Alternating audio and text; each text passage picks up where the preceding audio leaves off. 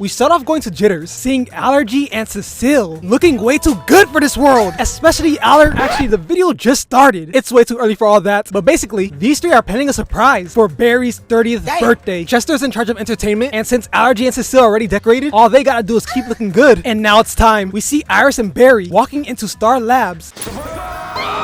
Bro, they got everyone here. Wally, the baddie from Armageddon, the random officer whose name I can't remember, and finally, the right-hand man of the man who became someone else. They brought the right-hand man of the man who became something else, John Diggle. And Barry is blasted with shock and excitement. Barry hugs Iris with the arms of bliss, makes his way to Diggle. May your current rotation around the sun be your best yet. Oh.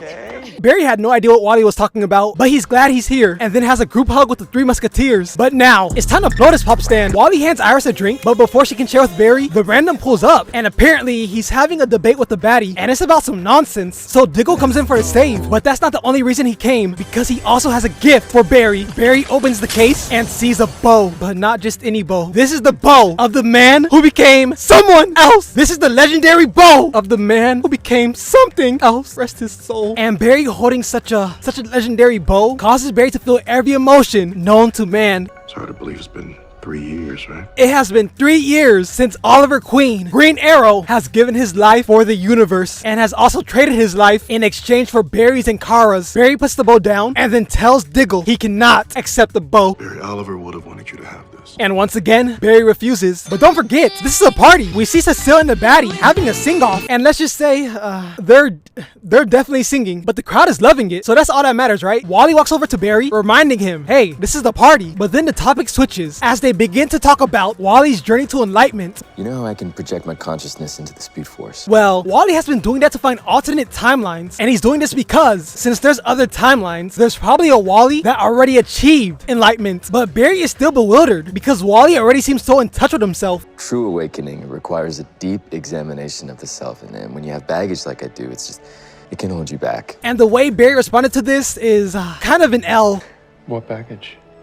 I thought the whole point of you going to Tibet was to deal with things from your past. Now, I know what you're thinking. Joshua, if Cecile said that, you would be tearing down mountains, grabbing lightning from the clouds, and juggling squirrels. And although you are absolutely right, don't interrupt me when I'm speaking. But here's why I'm not going off on Barry. You need to remember, Barry Allen is the same dude that thought he could defeat Oliver Queen. So in other words, he's not the sharpest tool in the shed. And Wally understands this as he calmly replies, Just forget it. You little bitch. Happy birthday.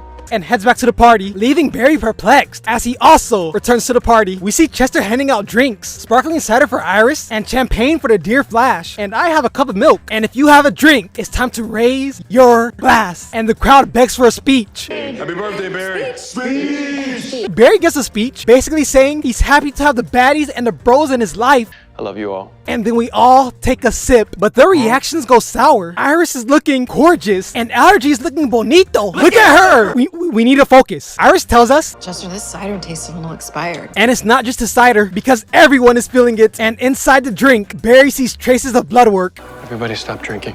Now. But it's already too late as Iris faints, and like a domino in an earthquake, so does everyone else, including Diggle. But Wallace and Barry are still standing. My invitation must have been lost in the mail. And then he shows himself, oozing in, slithering like Randy Orton. Bloodwork has returned. I hope you don't mind me crashing your party. Oh, bro, I want to hate on him so bad, but that was cold. And he's not done talking that talk and begins to rage bait Barry. Why all the sour faces? Don't tell me I've missed the cake. The rage bait worked to perfection. Barry charges in, hitting Bloodwork to the wall, but swiftly backsteps, throwing up his set. Not like a gang set, like a fighting stance. Is it even called a set? Let's just try again. Barry swiftly backsteps, putting his dukes up, and then Bloodwork tells Barry he's here to pick up where he left off. But then Wally chimes in, telling Bloodwork, Look, I don't know you, but I know that we can solve this without violence. and Bloodwork feels the same. He does not want violence. He simply wishes to save the world. But then Barry cuts him off, calling bro a fraud, and tells Bloodwork. You heard Iris. I will wipe every last one of your cells off this planet. But fear not, Bloodwork says, because with his cells inside her, Iris will... Oh no, that's sick. This is definitely an issue. And then Bloodwork proceeds to say, Little Nora West Allen will be the first blood baby born into a whole new world. I can't even blame Barry. But look at how Bloodwork Bloodwork popped back up. Disgusting. And if you remember last time, Bloodwork went for Barry first, and let's just say it didn't work out. So this time, he targeted the homies first, but fear not, because the stars are still shining, so that means there's still hope. As Barry tells Bloodwork, I don't know what you're up to, but you're not gonna get into my head again. But Barry, I already am. nah bro. The screen flashes red, and we see Barry is now alone, and then the lights go out, and we once again see everyone knocked out, including Wally West and Barry Allen, with Bloodwork standing proud. But from the corner, we see some movement, and see that Chester is wide awake, because he, like me, chose to drink milk, rather than champagne or apple vinegar, whatever it's called. And Bloodwork does not like this one bit, so he makes allergy arise. Focus, focus, focus. Chester is shocked, and it's about to get worse as we see Cecile begin to crawl, and everyone else arises and chase after Chester. But we see Iris slow to get up. You're sharing your oxygen with the embryo inside you, and she's sharing her healing factors with you. And because of that, Iris can fight back, but Bloodwork is not worried about that. We check on Barry, and I have no idea where he is, and neither does he, as Bloodwork appears, telling Barry he's going to take over Wally West. We go to Wally and see him in his childhood home, having flashbacks of his sorry excuse for her mother, and then Bloodwork shows himself, and bro came in instigating. I thought seeing your childhood home would be comforting, but suppose it is rather Spartan, especially compared to Barry's. Bloodwork then tells Wally that the multiverse is alive, to which Wally calls him a liar, because if the multiverse was alive, he would have still had his baddie. But do you remember when we were talking about Wally sending his subconscious to alternate timelines? That wasn't the case. Those were other Earths. Wally looks up, curiosity flowing through his eyes. The thought of getting back his baddie, the thought of getting back Jesse is currently running rapid. And then Bloodwork says, So isn't it possible that there's another Jessie Quick out there somewhere, just waiting for her Prince Charming to come and find her? bro, this is a masterclass of manipulation. Ayano Koji could never. And just for the record, Yuichi Katagiri, way better than Ayano Koji. But Wally remains strong. He will not be tempted, because do you really think turning Wally into a zombie will help him? No, by unlocking your true potential. Wally's eyes begin to glow as we see the universe, worlds combining, and astrophysicists. Wally stumbles back onto his bed, telling Bloodwork, You turned everybody I loved into your slave. That's not choice. but Bloodwork goes for the kill and brings up Wally's mother, a tragedy that Bloodwork can also relate to. My mother was diagnosed with HLH. I had to watch her die. And we have that in common. And that's the straw that broke the camel's back. We now go back to Chester, and Iris contacts him, and we find out Iris locked herself in the vault, which is actually not important, but what is important is the power cuts off. I've been waiting for you, Chaka. Don't you want to give your lover a kiss? Yes! Wait, no. Focus, focus, focus. Chester backs up, telling Allergy, Bloodwork is controlling your body. And what a powerful body it is. I think I'm gonna be sick. But to Chester's surprise, Bloodwork isn't gonna attack him, but the same can be said for his minions. We go back to Barry, and he's standing up for Wally, but Bloodwork is distracted by the terrible lighting in this place. Jeez. Can I get a grip or an electrician over here? And just like that, we are now behind the scenes, and apparently, Barry's the star of the show. Bloodwork suits man's up, a baddie comes in fixing his face, and now it's time. Lights, action, cameras flashing, and Barry begins reading his lines. But the way Barry is reading, it's so lowbrow. Bloodwork is disgusted, and Barry backs out, stumbling into this coffin, and pop out goes the Killer Frost. Barry is in awe, reaching towards Killer Frost. It's okay that she's dead, Barry. It's more important that you live. Caitlin has pulled up, straight guilt-tripping Barry. You matter more than the rest of us. That's why it's okay that you got those extra years and we didn't. Barry tells Caitlin he didn't want those extra years. We check on Bloodwork, and he's disappointed, so much so that he allows Barry to wake up. And when Barry does, he sees Wally currently in timeout. Bloodwork comes walking out, telling Barry that him and the Wallmeister had a fun chat, but Barry refuses to allow Wally to be overtaken. Whatever Ramsey showed you, it's not real. Shut up, Barry. Wally is clearly not himself right now, and Barry knows that better than anyone. Bloodwork is manipulating Wally, forcing him to become a servant. It's the only way he can beat our speed healing and take over our minds. Bloodwork then decides to be the devil on Wally's shoulder, telling Wallace, He doesn't care about you, Wallace. He's been living with your father, pawing at your sister, while you were trapped in that hellhole. this is a master class in instigating. Barry tries talking no jutsu, but let's just say it's not going too well. I know how hard it was for you growing up. No, you don't. You don't know anything. Barry then explains to Wally, Joe and Iris didn't know he existed, but Wally, fueled by Bloodwork, isn't hearing none of that, and his emotions begin to come to light. Joe West is my dad, but you stole him anyway from me. so selfish. Because you think that you're the only person that matters. But Barry won't falter. Barry will not give up on Wally. And sadly, I think he should, because we see Bloodwork in the back, smiling menacingly. But nonetheless, Barry tells Wally, Joe loves you, and I love you. Well, I hate you. Wally hits Barry with the Reverse Flash special. Bloodwork is accelerated as we see Barry in denial, staring Wally in the face as he takes his last few breaths before meeting his end. A white light flashes and Barry wakes up on this island. And in the blur, we see a man walking towards Barry. And it's not just any man. It's the man who became someone else. The man walking towards Barry is the man who became something else. Barry. What have you done this time? Bro, that was an amazing opening statement. If this was someone like Batman, he would have been trying too hard. Man's would have jumped out of a tree just to say the words, I'm Batman. That isn't even a catchphrase. It's an introduction. Kind of like the name's Joshua. We see Barry in shock that once again, he is facing his best friend. And we see these boys are on Leon U. But Barry thinks this is all a trick. Bloodwork trolling him. Oliver tells Barry to calm down. But Barry declines and begins putting the pieces together. How did I get here? Wally, he was a blood brother. He attacked me.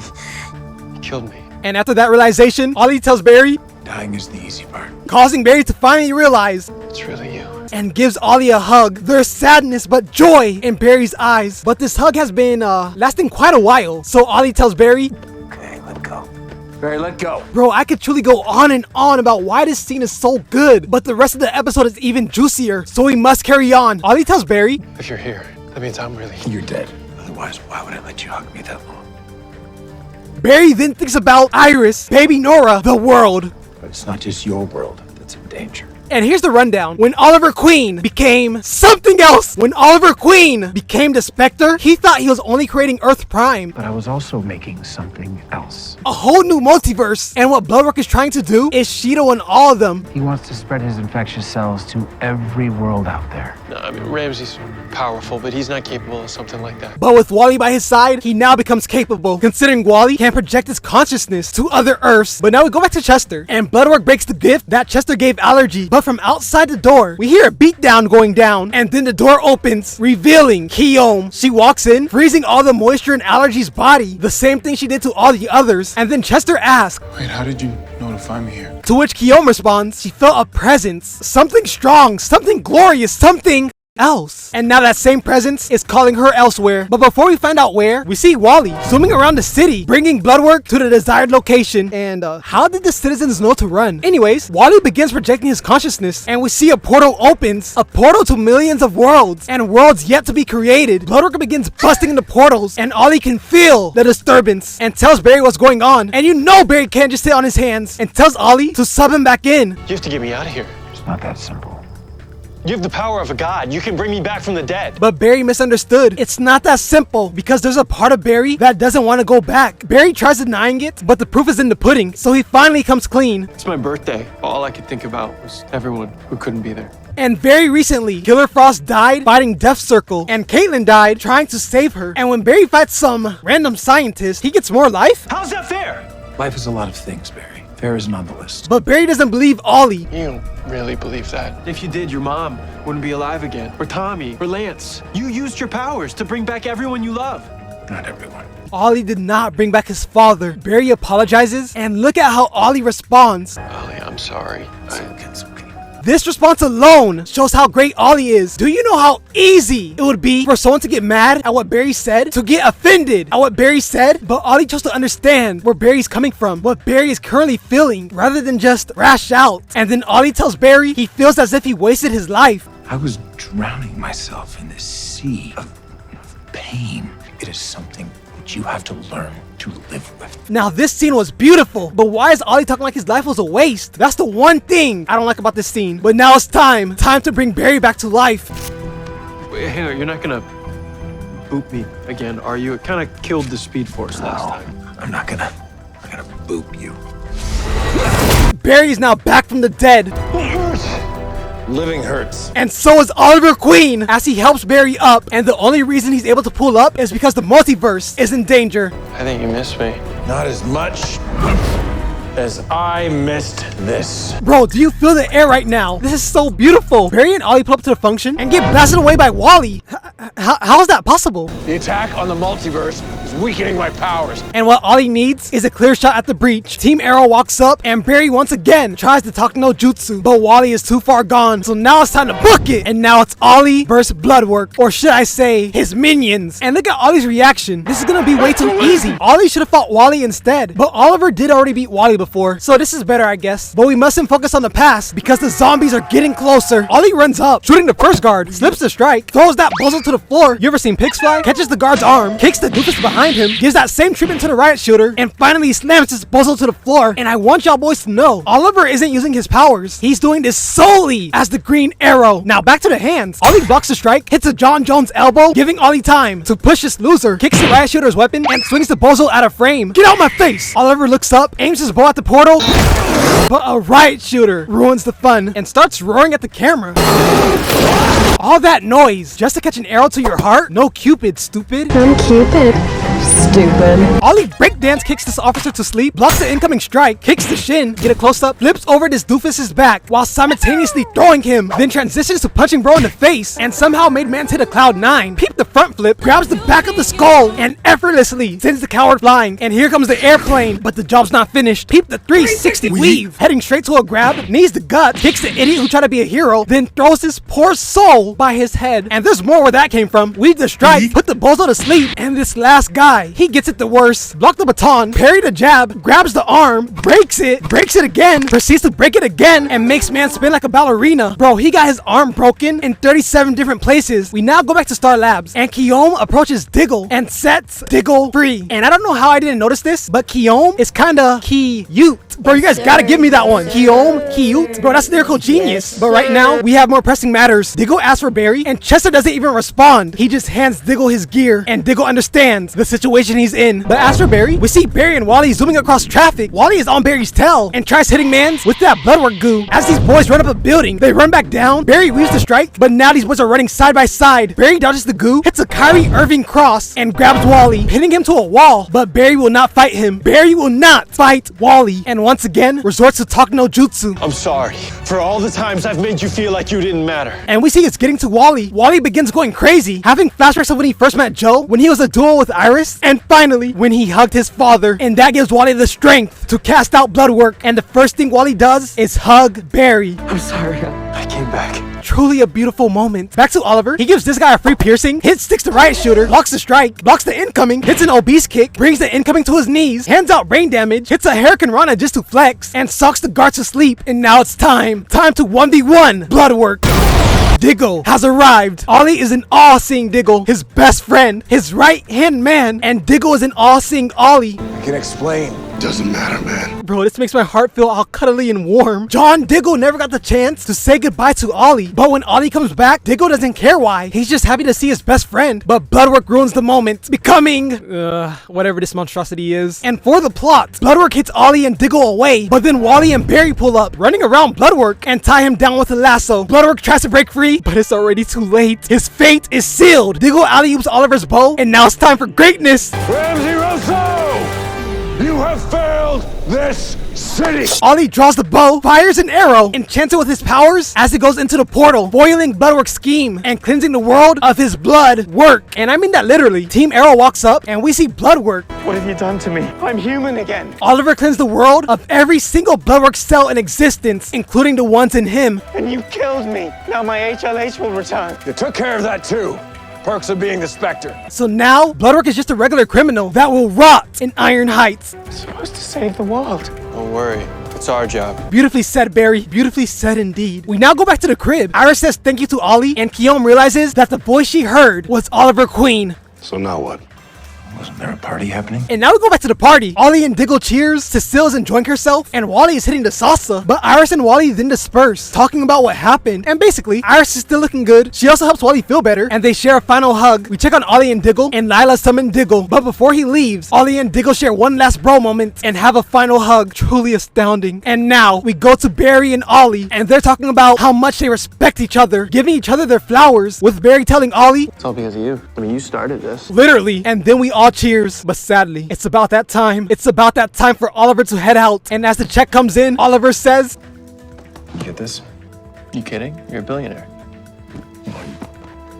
can't take it with you. Wow, man. Not only was this a funny moment, it was also a lesson in disguise. And as Ollie gets up, Barry asks one final question. You think I'm doing enough? To which Ollie responds, Well, Barry, you tell me. Do you make a difference? and then activates Spectre mode. That bolt of lightning chose you. And I want you to peep this last statement by Oliver and notice the greatness of what Ollie does. Happy birthday. Oh my gosh, bro. In case you missed it, Ollie turned off Spectre mode to say happy birthday to Barry as Oliver Queen and then takes his leave. And after paying the bill, Barry does the same. And this was their final time meeting. And real quick, for those of you wondering, Joshua, where's the Arrow video? Currently not ready, but here's a sneak peek. We start off seeing Ollie running through a forest, swinging like Tarzan, rock climbing, and then in the distance, Oliver sees a ship and he starts booking it, running to his bow and arrow, and then he aims it. You look in his eyes and all you see is pure determination. And Ollie fires, creating a fire signal, catching the boat's attention, and these boys pull up for the rescue, and Oliver walks out. For 5 years, I've had only one thought, one goal: survive. Ollie is officially on the boat, and then tells us, To live, I had to make myself more than what I was, to forge myself into a weapon. I am returning, not the boy who was shipwrecked, but the man who will bring justice to those who have poisoned my city. My name is Oliver Queen. Bro, what an intro. It's crazy how all this started, something so beautiful, and now we see Oliver is all over the news, and we even see some early footage of Oliver in his Playboy era fighting against paparazzi. But now we go to Oliver, and he's staring out a window as the doctor tells us 20% of his body is covered in scar tissue, second-degree burns on his back and arms. X-rays show at least 12 fractures that never properly healed. And after being trapped on an island for 5 years, Oliver greets his mother, and they pull up to the mansion. When I heard Oliver say this, I already knew what timing he was on. The sheer tenacity in his eyes mixed with the hand on the shoulder, basically insinuating I'm not asking, but that's all I can show. If you guys want Arrow to be prioritized, comment Arrow. And with that being said, I hope you guys enjoyed this video. If you did, please like, subscribe, share this video with a friend. Peace.